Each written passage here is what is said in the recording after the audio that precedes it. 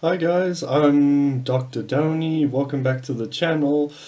Today we're going to discuss when you should start steroids. This is an opinion-based video because it's really difficult to say when or if you should ever use steroids, but this is just a personal opinion. So obviously, the best thing for you to do is not use them, especially if you don't know the risks. Um, and again, it depends on the laws of your country. You shouldn't do something illegal, technically. So just to further emphasize this, no, you should never start steroids. But if you've already made that decision and I can't persuade you otherwise, there are at least three domains I think you should consider first. So we have three separate domains. There are probably even more. These are just ones I could come up with. We have you need to be mentally, physically, and financially fit before um, ever deciding to start taking them. So in the first domain, which is you being mentally fit, that requires number one, being educated. So you need to be educated about steroids in particular. You need to learn the risks of shutdown, side effects, PCT, the most efficacious dose. Um, Everyone is still, even after years of using them, people still learn different things, so it's impossible to know everything, but it's important to know the basics at least, if not more. Um, and I would hire someone who actually knows a lot about them if you do not feel your knowledge is adequate. Um, Also, most importantly, you need to know the warning signs. You need to know about your health, different health markers. What does this mean and what does that mean? They're all important. Again, you need to be educated on your nutrition. This is often neglected prior to steroids because it's thought, well, steroids will make me big no matter what. However, no matter how hard you train and no matter how much you inject into your body, or you will never grow if your nutrition is terrible. And this sounds a bit ridiculous because surely you should grow. I'm sure you will grow a bit, but I've seen individuals who do not focus on their nutrition and it doesn't look like they've ever touched the stuff. Um, the stuff being steroids. So it's important for your nutrition and you knowing about nutrition to be almost 100% dialed in all the time, especially whilst you are on because it can steroids because it could literally make or break a cycle. Training, obviously, this isn't as important as nutrition, but you need to be educated on training. So, do you know how to train effectively? Do you know how to execute the exercise with proper form, good form? But not only do you need good form, you need to lift heavy weights. Not ego lifting. You should lift heavy weights with good form. An example of this is Dorian Yates, who was incredibly strong, but his form was impeccable. Um, but that's his kind of routine is what I follow, where there are a lot of rest days in the week, so I would take 2 to 3 rest days, depending on my body, on how hard or how sore my body is. And you need to know your body like that, and you need to push yourself in each session. I mean, sometimes I don't understand how individuals are able to do multiple compound movements in one session because after one, I am almost finished, and that's because I've learned to push myself, and that comes with time. So it's important for you to also have experience with your training and knowing yourself, what you can do. And it's important to progressively overload. Train the way you would if you were natural. You'll be able to progress faster. So I wouldn't change training necessarily between being natural and on steroids. I would still take that rest because it's important. And I wouldn't do 7 days a week training, or six is even quite excessive, and I used to do that a lot. And I found I grew a lot more when I at least increased it to two. So yeah, it's sorry, this isn't a video about training. That was just a little bit of a rant. I'll make a separate training video with actual evidence-based recommendations.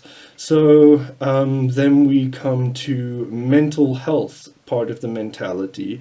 And I would definitely not recommend using steroids if you are currently on treatment for a mental health condition, because this can make control of that treatment a bit more difficult, because it does exacerbate the conditions, especially anxiety and depression. It can affect both of these, especially anxiety.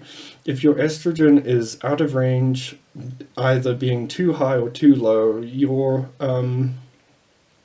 anxiety will shoot through the roof, depending on these.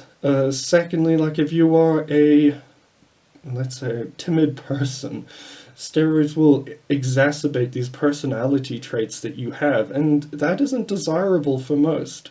I must say, though, in encountering a lot of steroid users, most of them are very nice individuals, and only some have these problems with their personality being exacerbated, and this seems more pronounced on trenbolone, but that's a separate video in itself.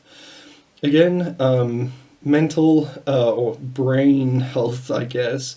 Your frontal cortex hasn't developed until at least 25. There's a range from your late teens to 30, and it obviously is genetic. However, it's still important for you to consider this, and there's no doubt that anabolic androgenic steroids interfere with the frontal cortex. I'll make a video on it, but there's quite interesting research into that. So you do not want to be interfering with something that's developing, because that could halt the development and cause unwanted side effects in the future. And then let's just discuss in terms of mentality, being mentally fit, your mentality. This is so important, and it's not. And I see a lot of individuals who don't have this, but you have to be dedicated to the sport, not just bodybuilding or whatever you're using the performance-enhancing drugs for. You need to be dedicated to the sports, because you're putting yourself at risk. And if you're going to only train hard when on the steroids and then take time off when you're off, it's counterproductive, number one, and you're putting yourself at risk for what purpose exactly? And you need to have the commitment to continually training, even when you feel terrible when you're off the steroids. It's always important to have that mentality, because that mentality will determine how much of the gains you keep when you're off cycle. That's always an important question that's asked by people. But again, that's an important part to making sure you get the most out of your usage and you don't put yourself at unnecessary risk.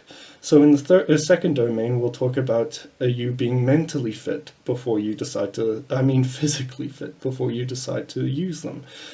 And physicality, I kind of threw the hypothalamus pituitary axis in here, because this is very important. So this is essentially the axis that, the FSH from the brain stimulates the testicles, there's negative feedback. It's all these hormones that interact with each other, and this pathway isn't fully completed until about 25 years old, when you hit your peak natural testosterone levels and things like that, or possibly in your 20s. That when you hit your peak, that's when it's fully started to develop, and that becomes your baseline. And the issue with starting steroids too soon is, if you don't have that baseline, you're not, and you start steroids, you're not allowing this axis to develop into totality.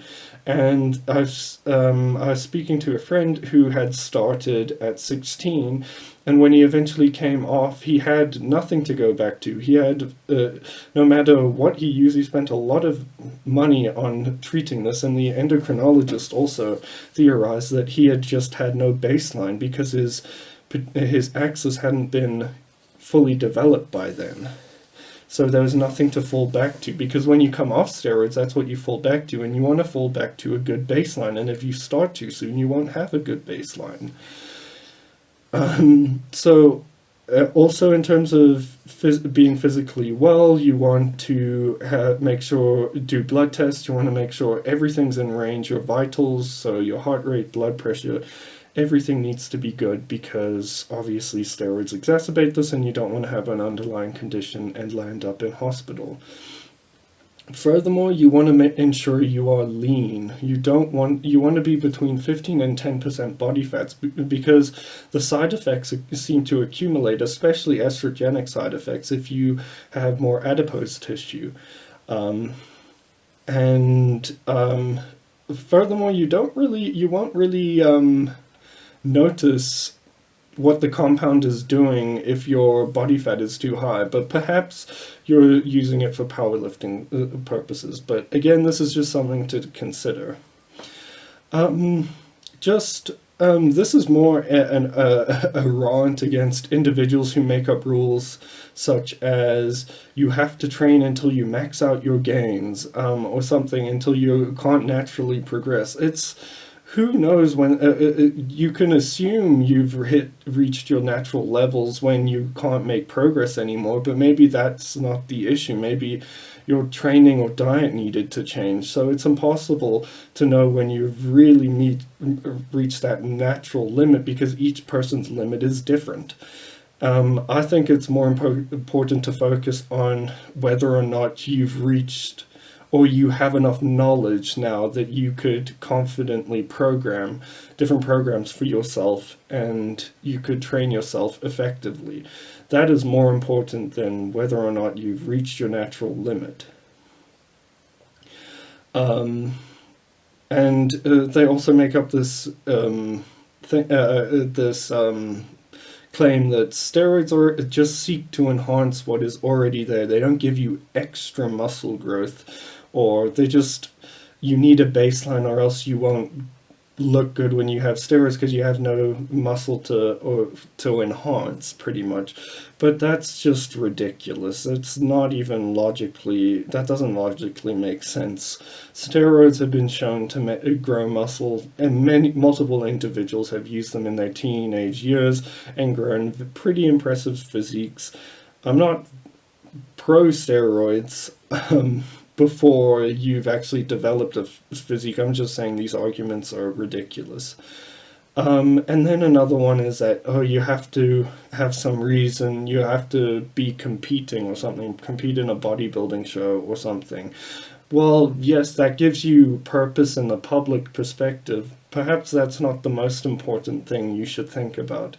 Perhaps for an individual, their perception of themselves is much more important than that of others, and competing in a bodybuilding show isn't going to do much for their perception of themselves, whereas they're just doing it because they want to look good, and that just looking good is more rewarding than competing in a show. So why are you to judge whether or not someone has to compete or not when they use them? These are just counter arguments to those who mention these things. And then lastly, in the final domain, financials. You want to know if it's important to know that steroids, since they affect you mentally, they could affect your work, and this affects your financials. And if you're, let's say, doing a master's or something, this will affect your degree and your ability to work, whether in a positive or negative way. There's no real way to know until you try, but you don't want to put your livelihood at risk, and if you have a feeling it could affect your livelihood, you should not mess with steroids. But then again, if your livelihood depends on you using steroids, such as you being a top-level athlete, then it might be more important. Again, do you have enough money for these steroids? And I'm not... people always just say, oh, they're actually quite cheap. It's not so much for a vial of testosterone.